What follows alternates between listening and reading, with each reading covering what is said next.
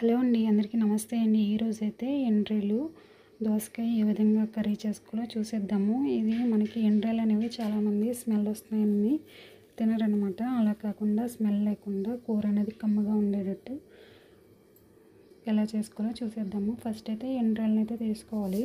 వీటికైతే తల తోక ఉంటాయి కదండి, అవైతే కంపల్సరీగా తీసేయాలి. ఇవి నేను ఇలా తీసి పెట్టుకున్నాను. అవి కొంచెం ఫ్రై చేసేసి ఒక ప్యాన్ మీద దాన్ని ఇలాగా ఫాస్ట్గా వచ్చేస్తాయి అవి చల్లారిన తర్వాత తీసుకుంటే. ఇప్పుడైతే హాట్ వాటర్ తీసుకుని ఇలాగే ఎండ్రీలను అయితే వేసుకోవాలి. వేసుకున్న తర్వాత వీటిని అయితే ఒక 5 నిమిషాలు అలా ఉంచేయాలి. ఉంచితే మనకి ఆ ఎండ్రీలకి మట్టి అది ఉంటుందండి. మనకి చూస్తున్నారు కదా, కలర్ కూడా చేంజ్ అయినాయి. ఈ విధంగా అయితే నీట్గా ఒక 3-4 టైమ్స్ వాష్ చేసుకుని ఆ తర్వాత ఇలాగ మనం వేసుకోవాలి. లేదంటే ఇసుక కింద ఉంటుంది కర్రీ అనేది. ఇప్పుడు కొంచెం నూనె వేసుకుని ఎండ్రీలు అనేవి ఫ్రై చేసుకోవాలి. ఆ తర్వాత ఒక 2 టేబుల్ స్పూన్ ఆయిల్ వేసుకుని ఆనియన్స్, పచ్చిమిర్చి వేసుకుని ఇవి బాగా ఫ్రై అవ్వాలి. ఆనియన్స్ అనేవి పచ్చివాసన లేకుండా మంచిగా ఫ్రై అయితేనే కూర అనేది చాలా బాగుంటుందండి. ఇప్పుడైతే కొంచెం పసుపు వేసుకుని ఒకసారి బాగా కలిపేసుకోండి. అలాగే కొంచెం సాల్ట్ కూడా వేసుకోవాలి. ఇవి బాగా ఫ్రై అయిన తర్వాత కొంచెం ఆయిల్ అనేది ఫ్రై మనకి పైకి తేలుతుంది. అప్పుడు కొంచెం అల్లం వెల్లుల్లి పేస్ట్ కూడా వేసుకుని ఒకసారి ఫ్రై చేసుకోండి. అలాగే టమాటా ముక్కలను కూడా వేసుకుని ఫ్రై చేసుకోవాలి. ఇక్కడ 2 టమాటాలను అయితే తీసుకుని చిన్నగా కట్ చేసుకుని వేసుకున్నాను.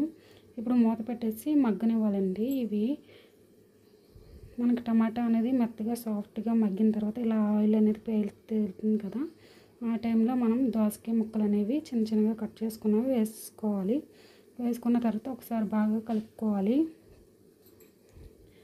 దోసకాయ ముక్కలు వీటికన్నా చిన్నగా అన్నా కట్ చేసుకోవచ్చు, లేదంటే ఇలా అన్నా కట్ చేసుకోవచ్చు, అది మీ ఇష్టం అండి.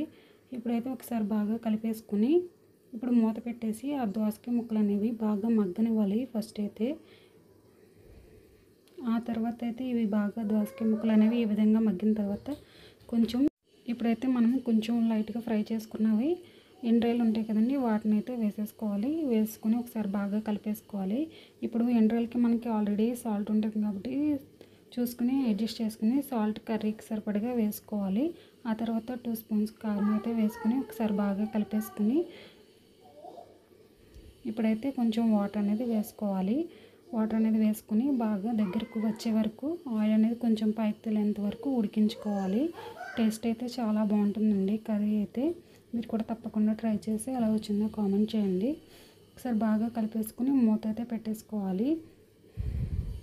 ఇది మనకి దగ్గరికి వచ్చిన తర్వాత ఇలాగా కొంచెం ఇప్పుడు కొంచెం వాటర్ ఉందనగా దీంట్లో ధనియాల పొడి అలాగే జీలకర్ర పొడి కూడా కొంచెం యాడ్ చేసుకుని ఒకసారి బాగా కలిపేసుకోవాలి. కలిపేసుకున్న తర్వాత మూత పెట్టేసి మళ్ళీ దగ్గరగా ఉడికించుకోవాలి. ఇప్పుడు ఒకసారి మూత తీసుకుని చూసుకుంటే కర్రీ అనేది దగ్గరగా వచ్చేస్తుంది. అంతే అండి, మనకి దోసకాయ ఎండ్రీల కర్రీ రెడీ అయిపోయింది. మీరు కూడా తప్పకుండా ట్రై చేయండి.